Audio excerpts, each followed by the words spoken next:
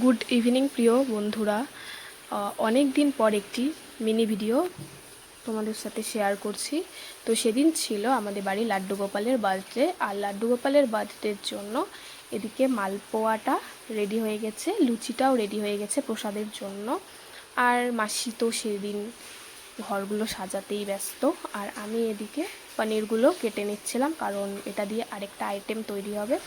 তো এদিকে প্রায় মোটামুটি সব রান্নাই কমপ্লিট ভোগের, আর সমস্ত প্রসাদ রেডি হতেই পুজোও শুরু হয়ে গেছে।